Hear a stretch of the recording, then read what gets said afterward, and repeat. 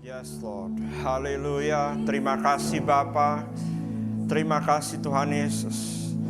We want more of you Lord, we want more of you. Kami rindu lebih lagi. Hari ini ya Tuhan, setiap kami, baik kami yang mendengarkan secara langsung hari ini maupun kami yang mendengarkan di waktu yang akan datang, kami tahu Engkau inginkan kami semua untuk masuk lebih dalam lagi. Kami mengucap syukur Tuhan untuk anugerah-Mu. Terima kasih Bapa bahwa hari ini kami juga di seluruh umat-Mu di seluruh dunia yang percaya, yang menantikan, yang rindu dan juga bergerak di dalam roh merayakan hari Pentakosta. Kami berdoa, kami tahu bahwa setiap waktu Engkau menetapkan ada waktu-waktu menurut waktu-Mu Tuhan. Engkau juga mencurahkan secara khusus. Hari ini bagi kami semua, curahkan secara khusus lebih lagi. Di dalam nama Tuhan Yesus, kami berdoa dan kami ucapkan syukur. Haleluya. Dan semua kita yang percaya berkata, amin. Haleluya. Silakan duduk kembali saudara-saudara yang dikasihi Tuhan. Puji Tuhan, dimanapun saudara berada, saya mengucapkan selamat Hari Pentakosta. Dan ini adalah salah satu hari raya besar bagi umat Tuhan. Saudara-saudara, Alkitab menuliskan ada 3 hari raya besar yang harus dan wajib dirayakan dari sejak Tuhan menetapkan hukum Taurat. Sebenarnya dari sebelumnya, tetapi yang tertulis di Alkitab sejak hukum Taurat, yaitu Hari Raya Paskah, Hari Raya Pentakosta, dan Hari Raya disebutnya Pondok Daun. Nah, saudara-saudara, Pondok Daun itu memang tidak dirayakan secara khusus bagi orang-orang percaya, karena akan digenapi nanti pada waktu kedatangan Tuhan kedua kali. Tapi hari raya pertama dan kedua, hari raya Paskah, hari raya Pentakosta sudah dan terus sedang terjadi. Nah, saudara-saudara, hari ini kita merayakannya juga bersama-sama. Dan apa yang Tuhan taruh bagi kita untuk mengalami hari ini, yaitu bahwa kita semua adalah bait Roh Kudus, rumah Roh Kudus. Mari kita buka lebih dulu ayatnya, 1 Korintus pasal yang ke-6. Kalau saudara punya Alkitab, saudara bisa membukanya, dan saudara juga bisa mencatatnya, supaya di waktu yang akan datang saudara dapat kembali melihat catatan saudara. 1 Korintus 6 mulai dari ayat 19 sampai ayat yang ke-20. Demikian firman Tuhan, atau tidak tahukah kamu bahwa tubuhmu adalah bait Roh Kudus yang diam di dalam kamu, Roh Kudus yang kamu peroleh dari Allah, dan bahwa kamu bukan milik kamu sendiri, sebab kamu telah dibeli dan harganya telah lunas dibayar. Karena itu muliakanlah Allah dengan tubuhmu. Masih 1 Korintus, kita lihat lagi 1 Korintus 3, sekarang mulai dari ayat 16 sampai ayat yang ke-17. 1 Korintus 3, mulai ayat 16 sampai ayat yang ke-17. Saudara-saudara, saya undang kita membacanya bersama-sama. 1 Korintus 3, ayat 16 sampai 17. 1, 2, 3. Tidak tahukah kamu bahwa kamu adalah bait Allah, dan bahwa Roh Allah diam di dalam kamu? Jika ada orang yang membinasakan bait Allah, maka Allah akan membinasakan dia. Sebab bait Allah adalah kudus, dan bait Allah itu ialah, haleluya.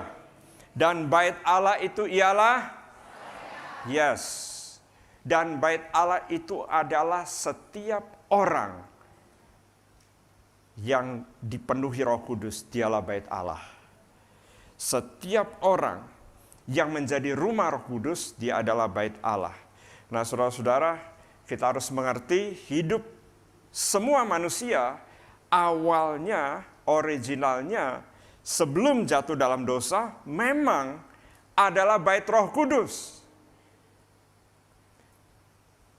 Rumah Roh Kudus, saudara-saudara. Itu sebabnya Adam sebagai manusia pertama, dia dapat berkomunikasi dari bumi ini kepada sorga, seperti saya berbicara kepada saudara dan saudara mendengar saya. Tidak ada halangan. Kenapa? Karena memang Roh Allah, Roh Kudus itu tinggal di dalam hidupnya. Tapi karena jatuh ke dalam dosa, maka kemuliaan Allah itu pergi, hilang. Roh Kudus itu tidak ada lagi. Roh Allah itu tidak lagi tinggal di dalam hidup manusia. Saudara bisa lihat ini dalam Roma 3:23, Kejadian pasal 2 sampai pasal 3. Kejadian pasal 3.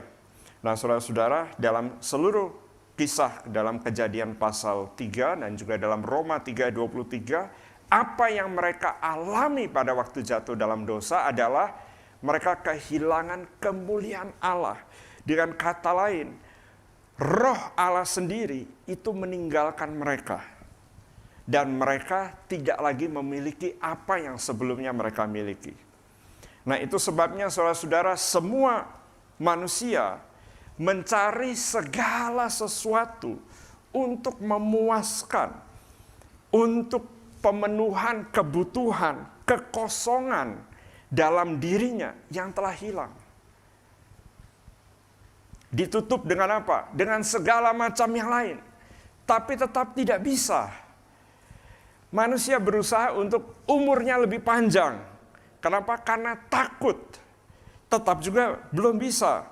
Mungkin ada waktunya bisa, dan siapa yang bisa akan menyesal. Karena demikianlah firman Tuhan katakan, bahwa mereka akan berusaha mencari kematian, tetapi kematian tidak mendatangi mereka. Nah, saudara-saudara, kenapa hal ini?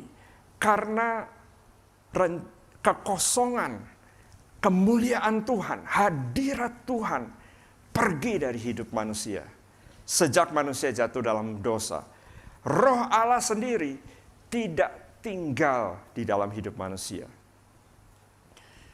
Nah, saudara-saudara, tapi waktu Tuhan oleh kasih karunia memulihkan manusia, Tuhan tidak memulihkan seperti keadaan manusia pertama.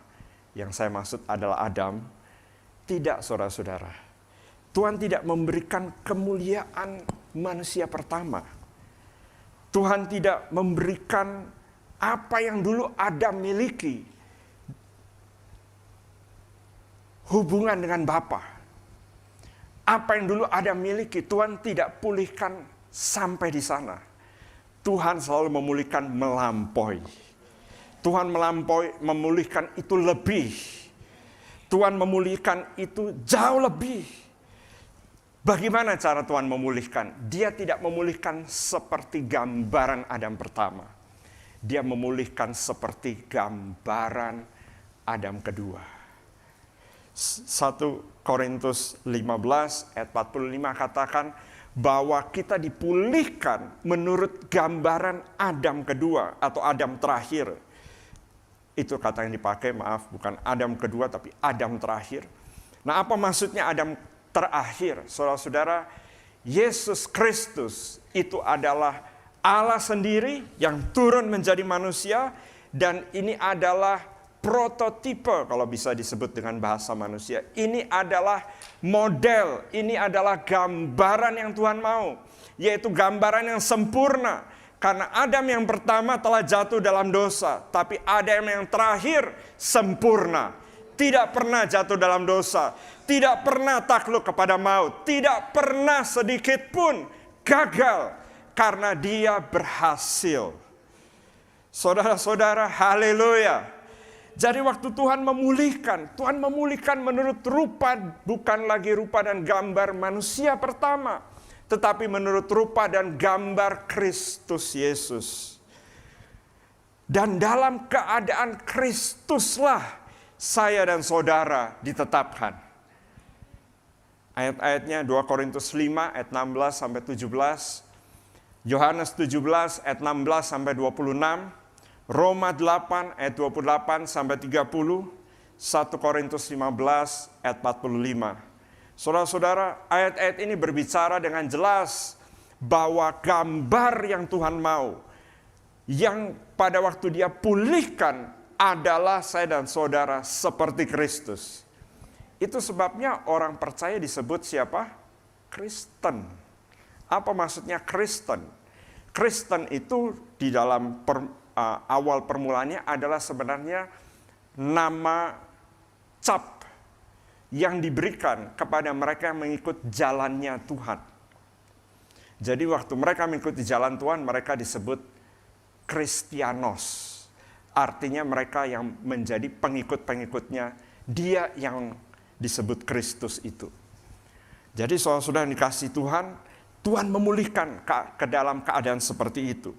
Jadi kalau demikian tujuan Tuhan, maka bait roh yang Tuhan inginkan atau rumah kemuliaan yang Tuhan inginkan itu luar biasa. Yang pertama saudara-saudara, kita harus mengerti waktu kita dipulihkan, maka hidup kita itu bukannya milik kita lagi. Tuhan adalah pemiliknya. Kalau kita berkata hidup kita adalah bait Roh Kudus, maka Tuhan adalah pemiliknya. Tuhan adalah pemilik, saudara. Apa maksudnya? Begini, kalau Tuhan adalah pemilik, artinya Tuhan memiliki saham 100%. Dia tidak sharing. Dia tidak 99% Tuhan, 1% saya, atau 99% Tuhan, 0,5% saya, 0,5% yang lain. Tidak bisa. Dia pemilik tunggal. Haleluya. Kalau Tuhan pemilik, berarti saya dan saudara bukan pemiliknya. Dalam kerajaan Allah tidak dikenal jargon atau terminologi yang saudara dengar di dunia ini. My body, my choice. Tidak ada, saudara. Tidak dikenal. Atau ini hidup gue. Tidak dikenal, saudara. Dalam kerajaan Allah tidak ada ini hidup gue. Kenapa? Karena hidup gue, hidup saya dan saudara sudah dibeli lunas. Saudara bukan pemiliknya. Artinya apa? Bahwa I segala macam, saudara. I-nya banyak hari ini. Ada iPhone, ada iPad, ada I. Dan segala macam aku, punyaku, kehendakku, ini adalah milikku, itu harus dibuang, harus dicoret. Kenapa? Karena Tuhan adalah pemiliknya. Kalau tidak Tuhan pemiliknya, berarti ada pemilik yang lain. Nah, Alkitab tidak katakan apa-apa kecuali iblis. Tuhan cuma katakan, kalau bapakmu bukan bapa di sorga, iblis bapakmu. Ini di Yohanes pasal 8, ayat 44. Kalau bukan Tuhan adalah bapa kita, berarti iblis adalah bapa kita. Artinya kalau bukan Tuhan pemilik hidup kita, iblis telah menjadi pemilik saudara. Oh tidak, saya atur hidup saya sendiri. Tidak, saudara. Engkau sedang dikendalikan dari kerajaan yang tidak kelihatan. Seluruh pikiranmu, seluruh perasaanmu, dan kedaginganmu sedang dikendalikan oleh kerajaan tersebut, yaitu iblis. Nah, saudara-saudara, tapi juga puji Tuhan. Kalau Tuhan adalah pemilik, berarti iblis juga bukan pemiliknya. Berarti saudara juga punya hak penuh untuk mengusir penumpang lainnya di dalam rumah saudara. Untuk mengusir segala macam yang tidak berasal dari Bapa dari rumah saudara. Kenapa? Kalau itu sudah dibeli lunas, maka yang lain tidak punya hak juga atas hidupmu. Engkau punya hak untuk berkata dalam nama Yesus, keluar, pergi, terangkat, tercabut. Oh ya, Matius 15 ayat 13 katakan bahwa setiap tanaman yang tidak ditanam oleh Bapakku yang di sorga harus dicabut sampai kepada akar-akarnya. Kalau bukan iblis pemiliknya, maka saudara punya hak mengusirnya. Kelepasan adalah roti bagi anak-anak Tuhan. Kelepasan adalah hak penuh untuk setiap orang yang menyerahkan hidupnya menjadi rumah Tuhan. Dan karena engkau telah dibeli lunas dan hargamu telah lunas dibayar, 1 Korintus 6 tadi katakan, berarti kalau saudara telah menyerahkan hidupmu, kalau saudara menyerahkan ya, jika saudara menyerahkan. Kalau saudara menyerahkan, maka engkau punya hak hari ini juga, detik ini mengusir semua yang tidak dari Bapa keluar dari hidupmu. Kalau hidupmu adalah bait Roh Kudus. Itu sebabnya saudara-saudara, Yakobus 4 ayat 7, ayat yang terkenal ini katakan apa? Tunduklah kepada Allah, artinya bahwa engkau harus menjadi rumah Roh Kudus dan lawanlah iblis. Dia akan lari. Kenapa? Karena dia tahu, oh sudah ganti pemilik. Sudah dibeli lunas. Sudah dipakukan di atas kayu salib semua tanggungan kutuk dan dosa. Tapi kalau kita tidak menyerahkan hidup kita menjadi rumah Roh Kudus, maka iblis berkata, sekalipun engkau berusaha mengusirnya, engkau juga berdoa, berpuasa mengusirnya, tapi tidak menyerahkan hidupmu, maka tidak akan ada yang terjadi. Ayat yang ke-8 dari Yakobus itu katakan, mendekatlah kepada Allah dan ia akan mendekat kepadamu. Tahirkanlah tanganmu, hai orang-orang yang berdosa. Sucikanlah hatimu, hai kamu yang mendua hati. Itu sebabnya ayat ini katakan, kalau mendua hati kalah, iblis yang menang. Tapi kalau engkau sepenuh hati menyerahkan, ingat tadi berapa persen? 100. Tidak bagi-bagi saham, saudara. 100% miliknya Tuhan. 100% telah dibeli lunas. Waktu engkau menjadi milik Tuhan dan tidak mendua hati, maka iblis tidak lagi punya hak atas hidupmu. Puji Tuhan. Yang kedua, kita akan segera berdoa, saudara-saudara. Yang kedua, kalau kita sebut bait Roh Kudus, maka Tuhan adalah pemimpinnya. Tuhan adalah pemimpin. Apa maksudnya? Tuhan adalah pemimpin. Berarti Tuhan yang mengatur, Tuhan yang menuntun, Tuhan yang memutuskan. Segala sesuatu harus diputuskan berdasarkan firman dan roh. Nah, dalam Roma 8 ayat 13-14, firman Tuhan katakan begini, sebab jika kamu hidup menurut daging, kamu akan mati. Tetapi jika oleh roh kamu mematikan perbuatan-perbuatan tubuhmu, kamu akan hidup. Sebab semua orang yang dipimpin Roh Allah adalah anak Allah. Semua orang yang dipimpin Roh Allah adalah anak Allah. Jadi kalau manusia tidak dipimpin oleh Roh Allah, dia bukan anak Allah.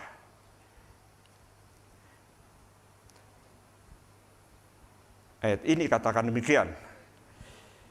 Kalau hidup saudara tidak dipimpin oleh Roh Allah, ayat 13 tadi katakan, engkau pasti sedang dipimpin oleh kedagingan. Engkau dipimpin oleh yang lain, oleh ego. Manusia dipimpin oleh keinginan dirinya sendiri. Itu yang juga yang dikatakan oleh Yakobus pasal 1. Manusia dikuasai oleh dirinya sendiri.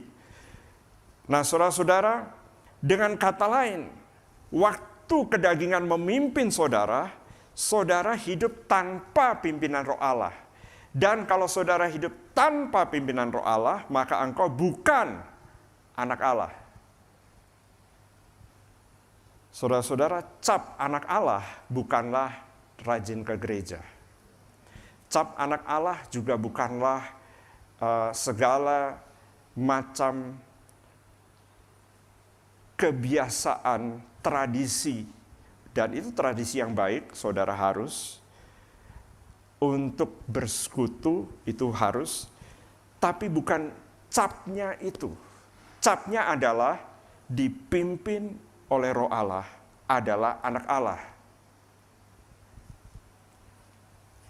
Oke, saudara-saudara, saya melihat saudara mulai ragu. Saya baca kembali Roma 8 ayat 14. Setiap orang yang dipimpin Roh Allah adalah anak Allah. Artinya kalau hari ini atau kemarin atau tadi pagi saudara dipimpin oleh ego saudara, dipimpin oleh pikiran sendiri, dipimpin oleh keinginan hati sendiri, atau bahkan iblis, saudara bukan anak Allah.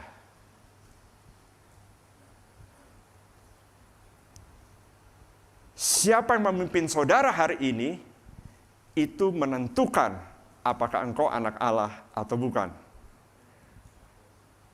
Oke, saudara, ada satu bagian yang panjang menulis tentang itu. Galatia 5 ayat 16 sampai 26. Barang siapa yang hidup dipimpin oleh Roh Allah tidak mengikuti keinginan daging. Tetapi dibalik lagi, barang siapa yang mengikuti keinginan daging berarti tidak hidup dipimpin oleh Roh Allah. Dan dia ulang berkali-kali, dia sebutkan data-datanya sampai dia sebutkan juga buah-buah roh. Lalu dia tutup lagi dalam Galatia 5 tersebut. Jadi kalau engkau berkata engkau adalah milik Allah, berilah hidupmu dipimpin oleh Roh Allah. Tidak ada ruang kosong saudara di dunia ini. Maksudnya begini, oke. Saya telah dilahirkan baru dalam Kristus. Hidup saya tunggu Tuhan. Sebentar saya akan serahkan. Sekarang belum. Oke Tuhan, 80% saya akan serahkan. 20% saya atur sendiri Tuhan. Tuhan bilang tidak dipimpin oleh Roh Allah. Itu sebabnya Tuhan katakan di dalam Matius 7, ada orang yang melayani Tuhan. Bernubuat demi nama Tuhan, mengusir setan demi nama Tuhan, menyembuhkan orang sakit demi nama Tuhan, tapi tidak dipimpin oleh Roh Allah. Tuhan bilang, aku tidak kenal. Hari ini saudara-saudara, tidak ada ruang kosong dalam dunia ini. Kalau saudara tidak anak Allah, saudara anak yang lain. Roh dunia ini disebut iblis atau bapak dunia ini. Sedang gencar-gencarnya menyesatkan. Bahkan orang-orang pilihan Tuhan pun dia ingin sesatkan. Jadi tidak ada ruang kosong saudara-saudara. Hanya ada kalau kita tidak sepenuhnya dipimpin Roh Allah, saudara dalam sekejap akan diseret dan dipimpin oleh roh jahat. Melalui keinginan daging saudara. Melalui keinginan daging manusia. Jadi hari ini Tuhan ingin di hari Pentakosta, karena kita akan berdoa bersama-sama, Tuhan ingin rumah kita menjadi rumah Roh Kudus. Artinya dipimpin oleh Roh Allah. Artinya memberi hidupmu dipimpin oleh Roh Kudus. Coba ingat saudara, kalau saudara marah kira-kira dipimpin oleh siapa? Kalau saudara kesal, saudara dipimpin oleh siapa? Kalau saudara tidak mengucap syukur, tapi bahasa Jawa bilang ngedumel, berkeluh kesah, saudara dipimpin oleh siapa? Bukankah firman Tuhan katakan ucapkan syukur senantiasa? 1 Tesalonika 5. Tapi mengucap syukur pagi, mau berdoa makan 3 kali, jadi ucap syukur 3 kali, pagi dan malam 5 kali. Saudara-saudara, itu bukan senantiasa. Senantiasa itu kalau macet mengucap syukur. Kalau sudah majukan proyek ditolak, mengucap syukur. Kalau mengalami apapun, saudara tetap mengucap syukur. Kalau ada yang belum tembus doamu, ucapkan syukur senantiasa. Mengucap syukur dalam segala hal. Hidup dipimpin oleh Roh Allah itu praktis, saudara. Saudara akan mengalami hidup saudara dituntun ucapkan syukur. Tapi pastor, saya dengar hidupnya, dengar dia ngomong aja, sudah telinga saya sudah rasanya sakit sekali. Belum dengar dia ngomong, baru dia datang bunyi, aduh dia lagi. Mengucap syukur senantiasa. Haleluya. Sebab kalau saudara tidak dipimpin oleh Roh Allah, saudara dipimpin oleh roh yang lain. Nah, dalam Galatia 5 itu katakan, hendaklah kamu memberi hidupmu dipimpin oleh Roh Allah. Jadi Roh Allah itu tidak seperti roh jahat, memposes, menguasai, atau seperti sesuatu di mana engkau tidak punya kehendak. Tidak, saudara. Engkau yang harus memberi diri dipimpin oleh Roh Allah. Jadi saudara berkata, pastor saya juga nanti kalau pada waktu berdoa ada lawatan baru saya akan berdoa. Tidak, saudara. Saudara memberi diri dipimpin oleh Roh Allah. Mulai kapan? Mulai saat ini waktu saudara dengar firman. Saudara memberi diri dipimpin oleh Roh Allah. Galatia pasal 5. Galatia pasal 5, saudara-saudara lihat ayat yang ke-25. Jikalau kita hidup oleh roh, baiklah hidup kita juga dipimpin. Dipimpin. Ayat ini tidak katakan Roh Kudus datang lalu menguasai, saudara-saudara. Tapi kita memberikan hidup kita dipimpin oleh Roh Allah. Apa yang dirayakan hari ini, yang 2000 tahun lalu terjadi di hari Pentakosta, adalah 120 orang yang tercatat di dalam Alkitab, mungkin lebih yang berdoa sebelumnya, tapi 120 orang sampai hari Pentakosta, mereka menantikan, mereka memberi waktu mereka memberikan hidup mereka memberikan diri mereka, dipimpin, dipenuhi, dibaptis dengan Roh Kudus.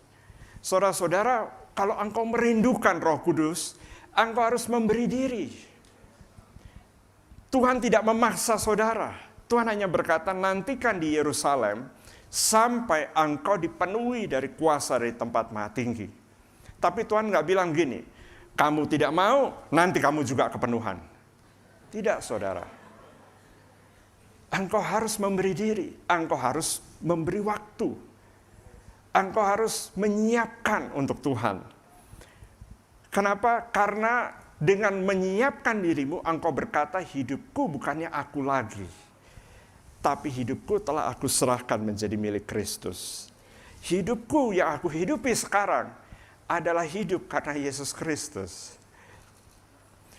Yang ketiga, kalau kita berkata rumah Roh Kudus, maka rumah Roh Kudus atau bait atau rumah Tuhan artinya dia hadir di bait tersebut. Yang ketiga, Tuhan hadir. Tuhan hadir. Nah, saudara-saudara, Tuhan hadir. Yehezkiel 48 ayat 35. Dalam kitab Yehezkiel ini adalah ayat yang terakhir. Jadi pada waktu seluruh kitab Yehezkiel, Nabi Yehezkiel melihat dari Yehezkiel 1 penglihatan tentang Tuhan, tentang permulaan segala sesuatu, sampai pada waktu Israel kemudian memberontak, akhirnya Israel mati sebagai satu bangsa, kemudian Israel bangkit lagi di Yehezkiel 37 sebagai satu bangsa, kemudian Tuhan membawa Yehezkiel melihat pemulihan-pemulihan, sampai Yehezkiel 47 mengenai pencurahan roh, tapi ditutup dengan Yehezkiel 48. Ayatnya bunyinya begini, ayat 35. Jadi keliling kota itu adalah 18.000 hasta. Sejak hari itu nama kota itu ialah Tuhan hadir. Semua katakan Tuhan hadir. Dalam bahasa Ibrani-nya, saudara pernah dengar Yahweh Shammah. Artinya Tuhan hadir. Nah, saudara-saudara, apa yang menentukan atau apa yang menyatakan rumah Tuhan dan bukan rumah Tuhan? Bukanlah namanya. Maksudnya saya pakai nama saya, Yesaya Henubau. Oh, anaknya almarhum hamba Tuhan besar itu. Ini pasti Tuhan hadir. Tidak, saudara. Kalau saya tidak dilahirkan baru, maka roh Tuhan tidak hadir. Tidak ada kata Tuhan hadir. Rumah Allah atau bait Roh Kudus adalah tempat di mana Tuhan hadir. Kalau saudara tidak memiliki Tuhan hadir dalam hidupmu, saudara bukan bait Roh Kudus. Oh, masa begitu, pastor? Loh, kita baru baca tuh ayatnya. Tuhan hadir. Atau dengan kata lain, Allah hadir. Apakah Allah hadir dalam hidupmu? Saudara yang tahu. Nah, dalam perjalanan orang Israel, saudara-saudara, Yehezkiel dibawa Tuhan dari Yehezkiel 1 sampai kemudian Yehezkiel 10. Di Yehezkiel 10, kalau saudara punya Alkitab seperti saya, ditulis dengan judul, Kemuliaan Tuhan meninggalkan bait Allah. Jadi saudara-saudara, Yehezkiel 10 juga sudah menuliskan bahwa kemuliaan Tuhan itu dapat meninggalkan hidup seseorang. Itu sebabnya kalau Anda yang berkata yang lain tentang apapun mengenai hal ini, saudara-saudara, dengarkan firman Tuhan ini. Satu pasal menulis tentang bagaimana kemuliaan Allah meninggalkan bait Allah. Saya baca ayat 4. Dalam pada itu kemuliaan Tuhan naik dari atas kerub dan pergi ke atas ambang pintu bait suci, dan bait suci itu dipenuhi oleh awan itu, dan pelatarannya penuh dengan sinar kemuliaan Tuhan. Ayat 18. Lalu kemuliaan Tuhan pergi dari ambang pintu bait suci dan hinggap di atas kerub-kerub. Ayat 19. Dan kerub-kerub itu mengangkat sayap mereka, dan waktu mereka pergi, aku melihat mereka naik dari tanah, dan roda-rodanya bersama-sama dengan mereka. Lalu mereka berhenti dekat pintu gerbang rumah Tuhan yang di sebelah timur, sedang kemuliaan Allah Israel berada di atas mereka. Nah, saudara-saudara, apa maksudnya? Maksudnya begini, bait Allah itu adalah gambaran yang di sorga, tapi juga yang di bumi. Tadi kita baca apa? 1 Korintus 6, 1 Korintus 3. Siapa itu bait Allah? Saudara sudah mengatakan tadi kan, saya adalah bait Allah. Nah, jadi gambaran dari bait Allah itu ada ruang kudus, ada ruang maha kudus, lalu ada pelataran bait Allah yang juga kudus. Tidak boleh sembarangan orang masuk kecuali mereka yang melayani. Lalu ada halaman. Halaman itu maksudnya di luarnya. Nah, orang Israel itu di luarnya. Nah, saudara-saudara, ayat ini berkata, kemuliaan Tuhan itu waktu dia meninggalkan bait Allah itu tidak sekejap, langsung pergi, tidak. Dari dalam, dikatakan dari kerub, artinya dari puncak, dari atas tabut perjanjian, dia pindah ke ambang pintu. Dari ambang pintu, lalu dia pindah ke pintu gerbang.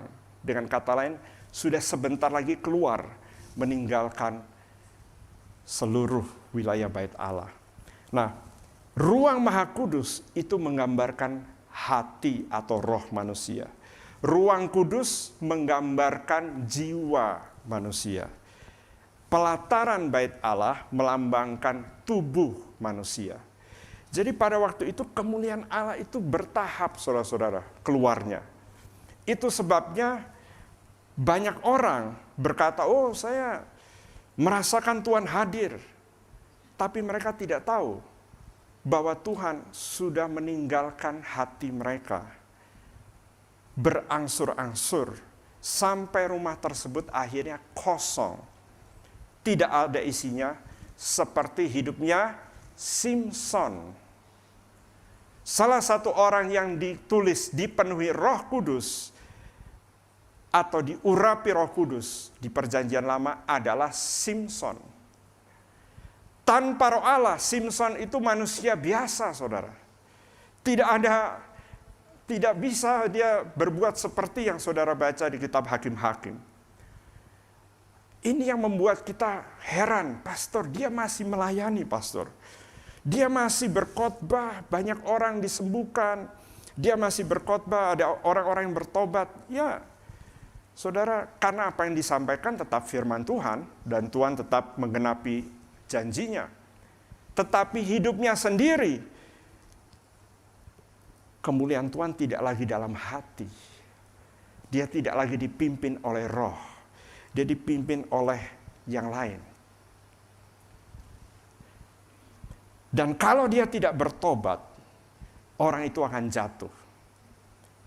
Tapi pastor, kenapa kok sudah demikian kok tidak langsung, ya sudah selesai aja hidupnya? Tidak, saudara. Karena Tuhan panjang sabar, penuh kasih karunia. Oh, saudara-saudara, waktu Musa tanya, Tuhan, tunjukkan kemuliaan-Mu.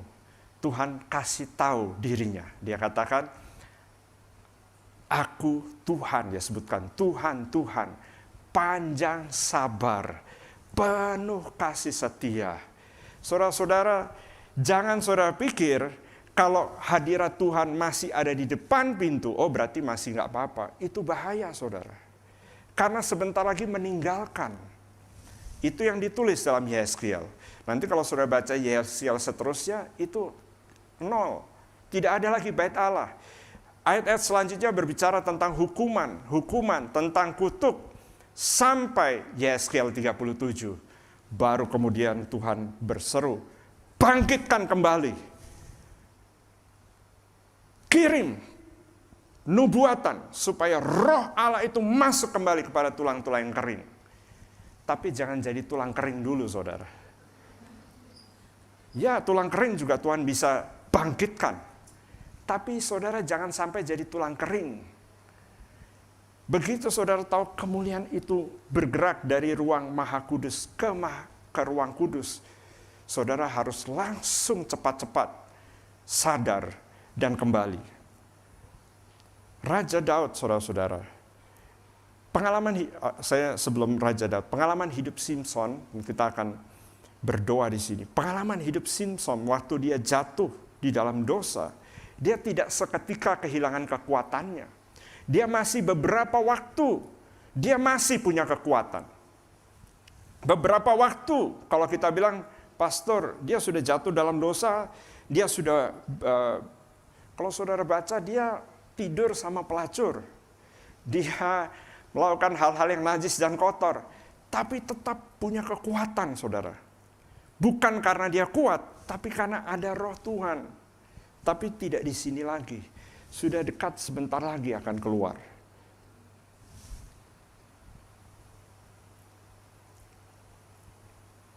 Haleluya. Nah, saudara-saudara, waktu Raja Daud jatuh dalam dosa dan Tuhan menegur dia, dia menyadari satu hal yang paling berharga dalam hidupnya. Yang membuat segala sesuatu berbeda, bukanlah punya jabatan, punya kekayaan, punya nama, punya segala macam pangkat. Tidak, saudara-saudara. Itu tidak yang dia minta di hadapan Tuhan. Yang dia minta dalam Mazmur 51 ayat 13 adalah, Tuhan jangan membuang aku dari hadirat-Mu, dan janganlah mengambil roh-Mu yang kudus daripadaku. Banyak dari kita tidak bisa masuk lebih dalam roh. Bukan karena saudara atau karena Roh Kudus terbatas, atau karena saudara tidak diajak untuk berdoa, tapi karena saudara tidak menyadari betapa berharganya Roh Allah dalam hidup saudara. Daud begitu menangis, begitu mungkin kata yang bisa dipakai, sangat menyesal sampai di titik begitu sedihnya. Dia katakan, Tuhan yang lain boleh engkau ambil, tapi Tuhan jangan buang aku dari hadirat-Mu. Dan jangan buang aku Tuhan, dan jangan ambil Roh-Mu keluar dari hidupku. Karena dia menyadari nilai dalam hidupnya yang akan kekal selama-lamanya. Bukan jabatan, bukan harta. Saudara, Raja Daud menyumbang rumah Tuhan triliun. Saudara pernah baca ayatnya? Dia menyumbang rumah Tuhan itu bertalenta-talenta emas, perak, dan semuanya. Dan itu masih ada kekayaan yang lainnya. Dengan kata lain, dia sangat kaya. Tetapi dia katakan, yang lain boleh diambil. Tapi hadirat-Mu Tuhan, jangan. Aku tetap mau. Di dalam Mazmur 84 dia katakan, kalau boleh aku ada di depan pintu rumah-Mu saja, lebih baik Tuhan, daripada 1000 hari dari hidup di mana saja. Kenapa? Karena hadirat Tuhan begitu luar biasa. Tapi dia katakan, jangan ambil Roh-Mu yang kudus daripadaku. Saudara-saudara, hari ini banyak orang bahkan disebut Kristen tanpa Roh Kudus. Tidak memberikan hidupnya menjadi rumah Roh Kudus, tidak memberikan hidupnya untuk dipimpin oleh Roh Kudus, dan tidak penting ada hadirat Tuhan atau tidak penting. Saudara-saudara, tanpa hadirat Tuhan, saya dan saudara tidak ada nilainya. Nilai kita hanya sampai di kubur. Semua manusia di dunia ini nilainya sampai di kubur, saudara. Kalau tidak punya Tuhan. Karena tidak kekal. Apa yang dikerjakan berakhir di dunia.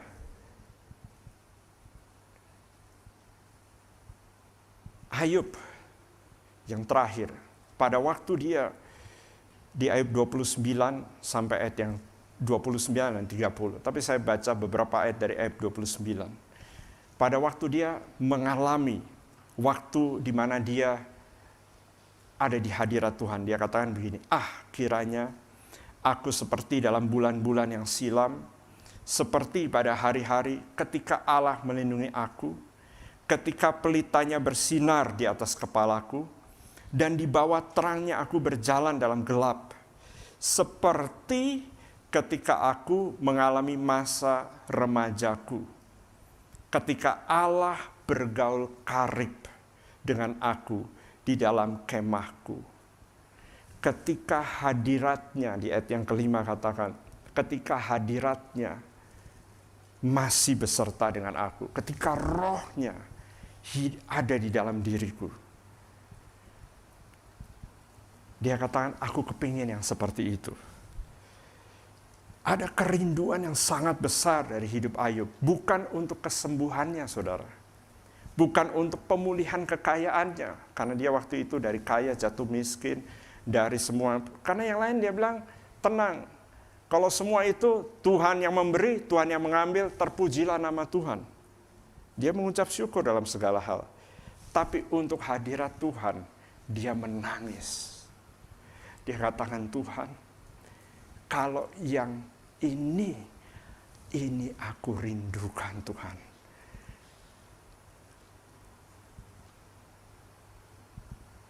Apa yang saudara rindukan hari ini di hari Pentakosta? Mari kita berdiri.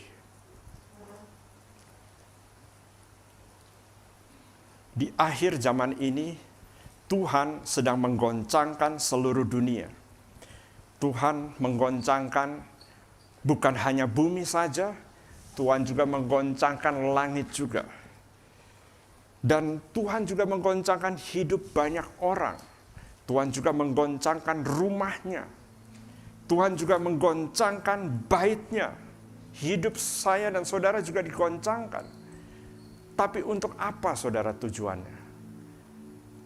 Tuhan katakan di dalam Hagai pasal 2, supaya harta itu masuk ke dalam hidup, ke dalam rumah Tuhan. Apakah saudara rumah Tuhan? Rumah Tuhan berarti Tuhan adalah pemiliknya.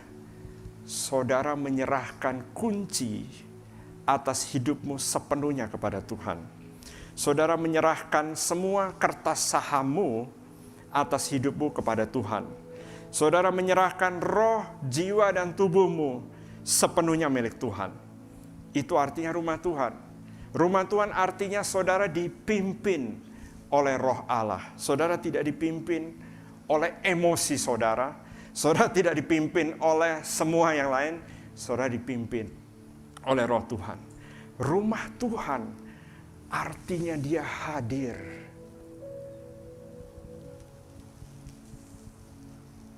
Saudara-saudara, di hari perayaan, dikatakan di puncak perayaan itu, Tuhan Yesus berdiri dan berkata, barang siapa haus, baiklah ia datang dan minum. Ini dalam Yohanes pasal 7. Tapi ayat itu ditulis karena kemuliaan Tuhan di Yehezkiel 10 telah meninggalkan bait Allah. Dan kemudian sepanjang Yehezkiel, saudara akan baca kutub demi kutub, segala macam hal yang mengerikan. Bukan hanya untuk Israel, tapi untuk bangsa-bangsa. Tapi Tuhan Yesus mengutip kembali Yehezkiel 47. Karena 2000 tahun yang lalu, Yehezkiel 47 itu mulai digenapi. Yaitu pada waktu Yehezkiel 47 menuliskan bahwa ada satu sungai yang mengalir kembali keluar dari ambang pintu atau dari dalam ruang Maha Kudus. Karena kemuliaan Tuhan yang tadinya sudah keluar dari ruang Maha Kudus, kembali lagi. Dan dia kembali datang ke ruang Maha Kudus. Itu sebabnya dikatakan ada sungai yang keluar dari ruang Maha Kudus. Kalau ada satu orang saja di ruangan ini yang hatinya dipenuhi dengan Roh Allah, maka ruangan ini akan mulai dialiri dengan sungai dari ruang Maha Kudus Allah. Saya tidak berbicara kepada banyak orang, saya berbicara kepada mereka yang rindu. Karena hanya mereka yang rindu, yang seperti Daud berkata, Tuhan yang lain engkau boleh ambil, tetapi yang ini Tuhan aku minta. Aku minta, jangan buang aku dari hadirat-Mu.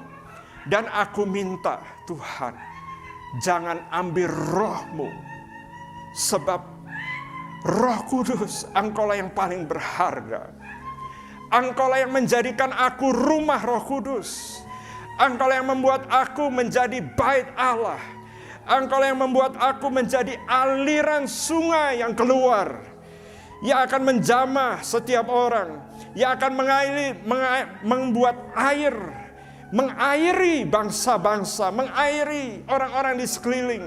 Kalau saudara rindu orang di sekelilingmu diselamatkan, keluargamu diselamatkan, harus mulai dari hidupmu. Kalau engkau tidak menjadi bait Roh Kudus, maka sungai itu tidak bisa mengalir.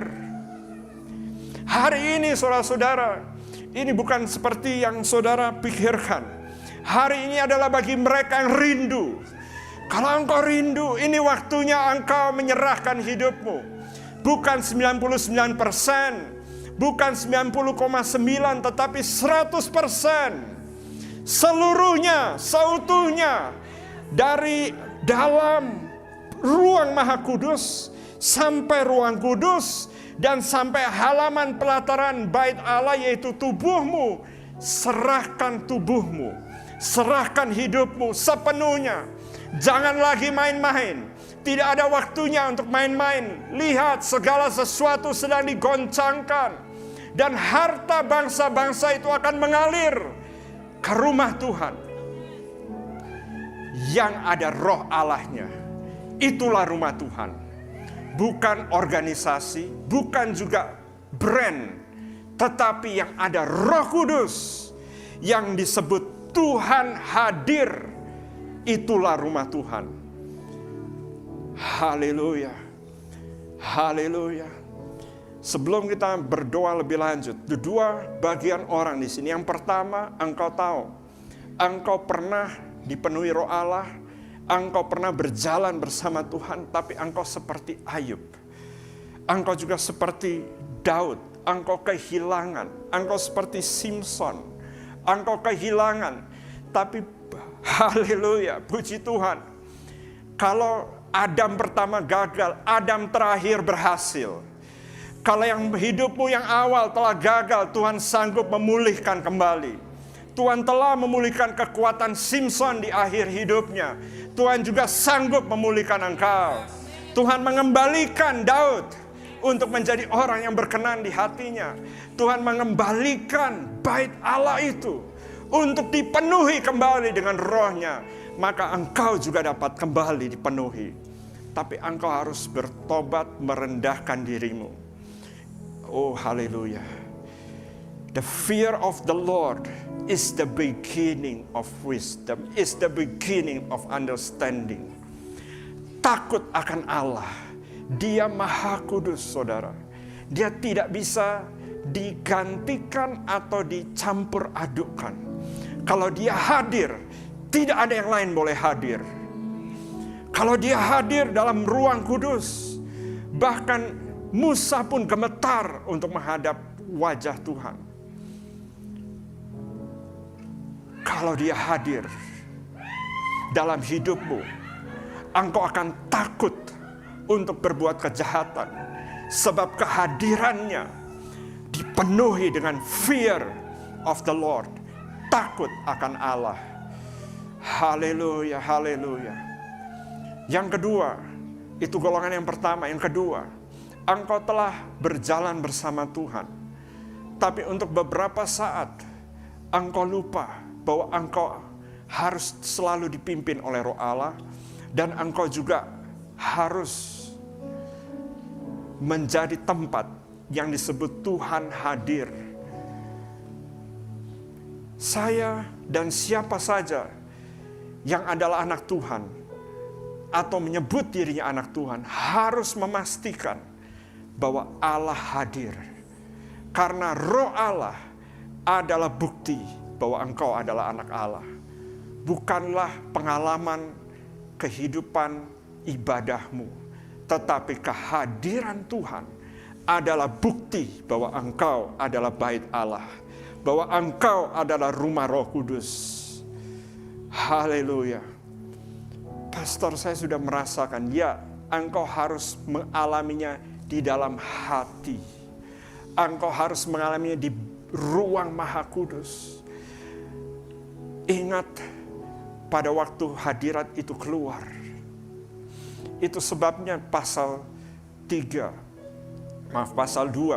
dari kitab Wahyu kepada jemaat Efesus, Tuhan berkata, lihatlah betapa dalamnya engkau telah jatuh karena dia kehilangan kasih mula-mula. Hari ini saudara-saudara, angkat hatimu di hadapan Tuhan. Baik engkau yang pertama maupun engkau yang kedua, dimanapun posisimu. Ini waktunya untuk kembali. Karena kemuliaan Tuhan itu sedang kembali. Kemuliaan Tuhan itu sedang memenuhi. Ada beberapa saudara, dia hampir saja pergi. Dia menghardik jemaat Efesus. Dia katakan kepada jemaat Efesus, bertobatlah. Jika tidak, aku akan mengambil kaki Dian, artinya mengambil roh Allah dari tengah-tengahmu. Yes, waktu itu jemaat Efesus sudah jatuh. Tapi hadirat Tuhan masih ada di depan ambang pintu rumah Allah. Atau masih ada di depan pelataran rumah Allah. Belum jauh, belum naik. Masih ada kesempatan. Saudara ada di mana?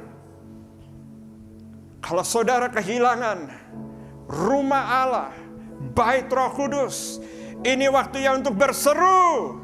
Seperti Daud berseru, Tuhan, aku mau. Ini aku minta. Diam di dalam rumah-Mu seumur hidupku, Tuhan. Ini aku minta, jangan ambil Roh-Mu dari hadapanku. Jangan ambil Roh-Mu dari hidupku. Kalau Dia yang paling berharga, semua di ruangan ini dan dimanapun engkau berada, angkat hatimu dan berdoa saat ini. Haleluya. Masing-masing di hadapan Tuhan berdoa. Berdoa, berdoa. Haleluya. Terima kasih Tuhan. Terima kasih Tuhan. Haleluya. Dalam berapa saat saya akan memimpin saudara berdoa, tapi saudara berdoa terlebih dahulu. Dengan suaramu masing-masing, apa yang engkau ingin doakan, apa yang engkau ingin keluarkan dari hidupmu, kalau itu masih ada, ingat engkau punya kuasa. Kalau engkau menyerahkan itu ke dalam tangan Tuhan, engkau punya kuasa. Tidak boleh ada yang lain yang berkuasa kalau Tuhan menjadi pemilik rumahmu. Kalau hidupmu adalah rumah Tuhan, tidak ada satu kuasa lain yang bisa berkuasa. Engkau berhak mengusirnya keluar saat ini. Apakah itu penyakit, apakah itu terikat, apa saja. Dan kalau engkau ingin bertobat, ini waktunya engkau berbalik. Kalau engkau belum pernah mengenal Tuhan, ini waktunya juga engkau datang mendekat, masuk ke dalam hadirat Tuhan. Haleluya, haleluya. Terima kasih Tuhan. Terima kasih Tuhan. Haleluya, haleluya. Terima kasih Tuhan, haleluya. Terima kasih Bapa, haleluya, haleluya. Terima kasih Tuhan. Saudara-saudara, kita akan berdoa bersama-sama. Angkat hatimu di mana saja engkau berada. Kita akan berdoa, kita akan deklarasikan. Kalau engkau siap, kita akan deklarasikan bersama-sama. Dan dalam berapa saat lagi, bahkan pada waktu kita berdoa, Roh Kudus akan turun sebab kemuliaan Tuhan akan kembali ke rumahnya. Karena Dia telah membeli rumah itu lunas. Dia telah membeli hidup setiap pribadi yang menyerahkan dirinya kepada Kristus. Telah dibeli lunas. Harganya telah lunas dibayar. Dia akan kembali. Dia akan datang kembali. Kemuliaannya akan turun. Seperti api Dia akan datang. Seperti angin Dia akan datang. Seperti air Dia akan datang. Seperti satu gulungan yang kuat Dia akan datang. Yeskiel melihat kemuliaan Tuhan itu begitu luar biasa. Dan itu sudah dinubuatkan. Angkat tanganmu, katakan, Tuhan Yesus, Tuhan Yesus, hari ini hidupku aku serahkan kepadamu. Inilah rumahmu, hatiku. Seluruh jiwaku, seluruh tubuhku adalah rumahmu. Penuhi ya Tuhan. Baptislah ya Tuhan. Mengalirlah seperti Engkau mengalir di dalam Yeskiel. Dalam Yeskiel 47. Aliran itu mengalir. Keluar dengan deras. Hari ini dalam nama Tuhan Yesus, ampuni saya dalam hidup saya, bahwa saya tidak memberikan 100% sepenuhnya, tapi hari ini dan untuk seterusnya saya memberikan sepenuhnya, seutuhnya, seluruhnya dalam nama Tuhan Yesus. Penuhi saya. Berdoa saudara-saudara, berdoa. Ini waktunya saudara berdoa. Yes, penuhi Tuhan, penuhi. Yes, Lord. Penuh dalam hidup setiap orang. Penuh, fill right now in Jesus name. Penuh dalam hidupmu. Oh, engkau juga yang di rumah, Engkau yang di mana saja, berdoa saat ini. Sebab Tuhan memenuhi rumahnya kembali. Tuhan memenuhi baitnya kembali.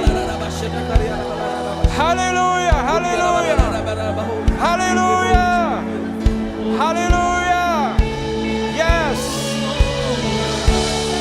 Haleluya. Dalam nama Tuhan Yesus. Penuh, penuh, penuh, penuh, melimpah kembali, melimpah kembali, melimpah kembali. Oh, haleluya, haleluya, haleluya. Oh, Jesus, Jesus, Jesus, Jesus, Jesus.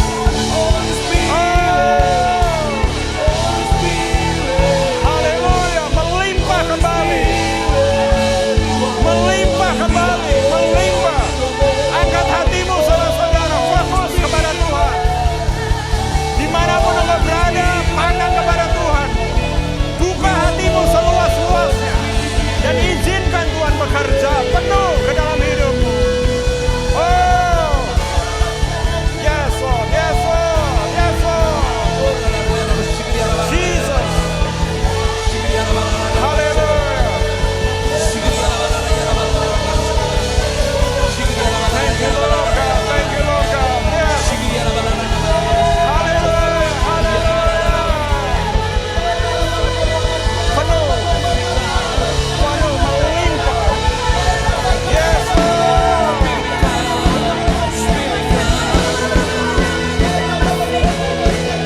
Yes, yes, yes. Hallelujah. Hallelujah.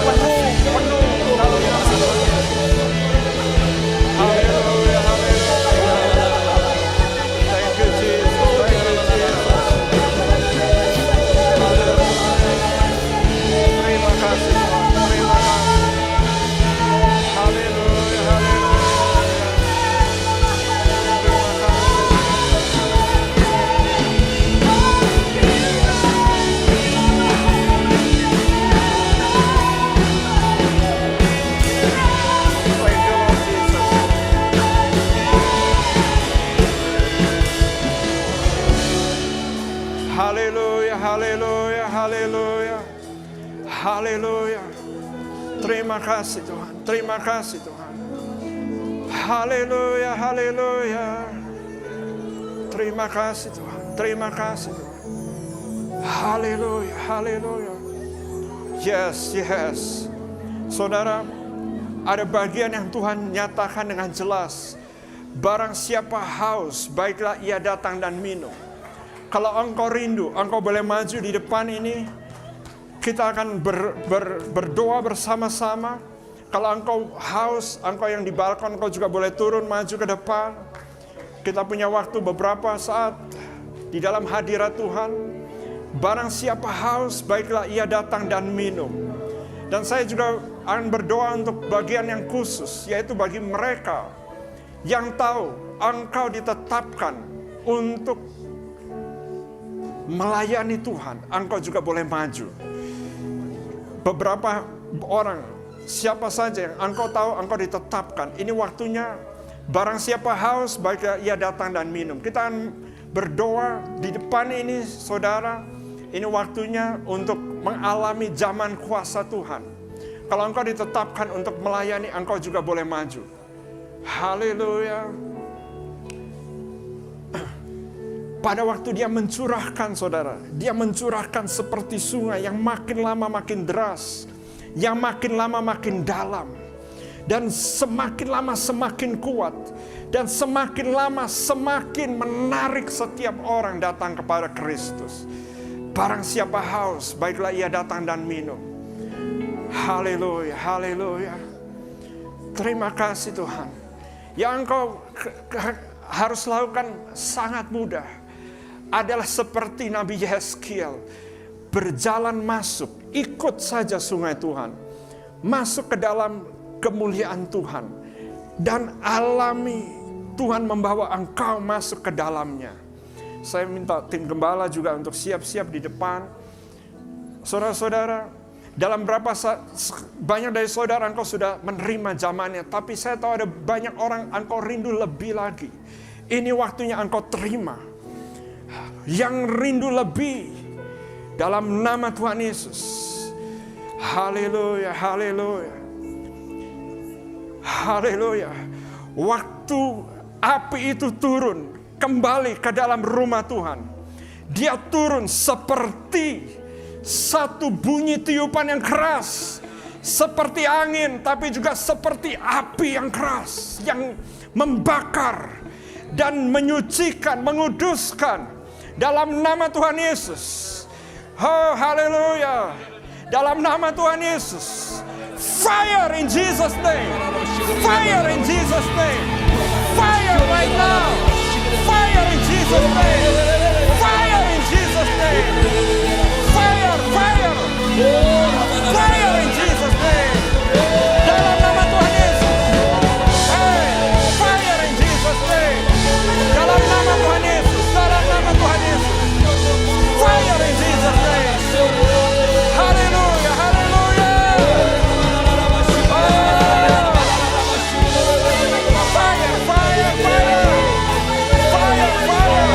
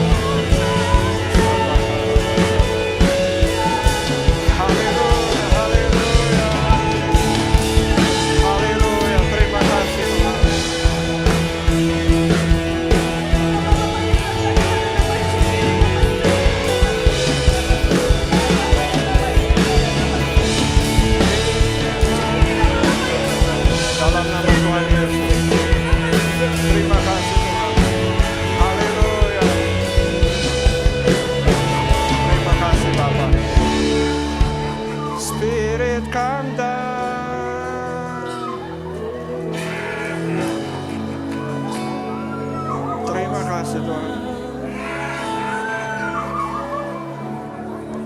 Spirit come down, heaven come down, Spirit come. Saudara-saudara dimanapun kau berada, ini waktunya untuk saudara menyembah Dia sesuai dengan apa yang Tuhan karuniakan dalam hidupmu. Sesuai dengan bagaimana Tuhan memenuhi engkau. Ini waktunya untuk engkau menyembah Tuhan.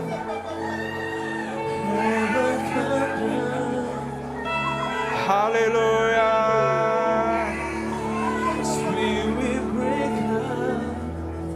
Terima kasih Tuhan. In Jesus' name, in Jesus' name. Haleluya.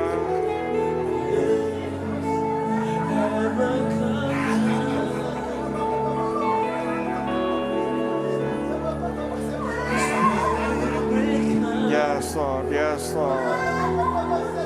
Terima kasih Tuhan.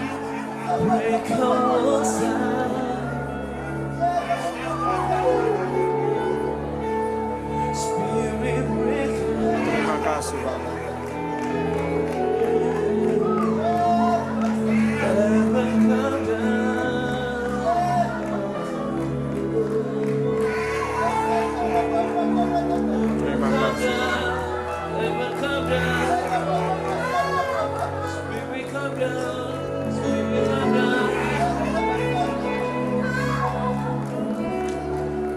Terima kasih Bapak. Thank you Jesus, thank you Jesus. Yes Lord, yes Lord. Thank you Jesus. Hidupmu adalah bait Roh Kudus. Hidupmu adalah rumah Roh Kudus. Saat ini adalah waktunya engkau memberikan sepenuhnya kendali atas hidupmu setiap hari untuk dipimpin oleh Roh Kudus. Katakan bersama saya, Roh Kudus. Roh Kudus. Katakan dengan bersuara, Roh Kudus. Roh Kudus. Pimpin saya. Pimpin saya. Mulai hari ini. Mulai hari ini. Untuk seterusnya. Dan untuk seterusnya. Tuhan Yesus. Tuhan Yesus. Engkaulah pemiliknya. Engkau pemilik. Roh Kudus. Roh Kudus. Engkaulah yang memenuhi. Engkaulah yang memenuhi seluruh hidup saya. seluruh hidup saya.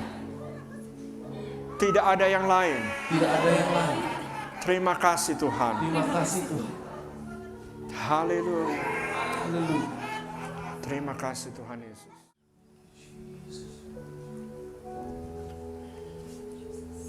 Terima kasih Bapa. Haleluya. Terima kasih Tuhan Yesus. Kami mengucap syukur Tuhan bahwa hari ini sebagaimana kami ada hari ini oleh kasih karunia. Engkau telah memilih, Engkau telah menetapkan anak-anak-Mu, dan oleh anugerah-Mu ya Tuhan, kuduskan mereka oleh firman dan roh. Karena mereka adalah milik-Mu. Di dalam nama Tuhan Yesus.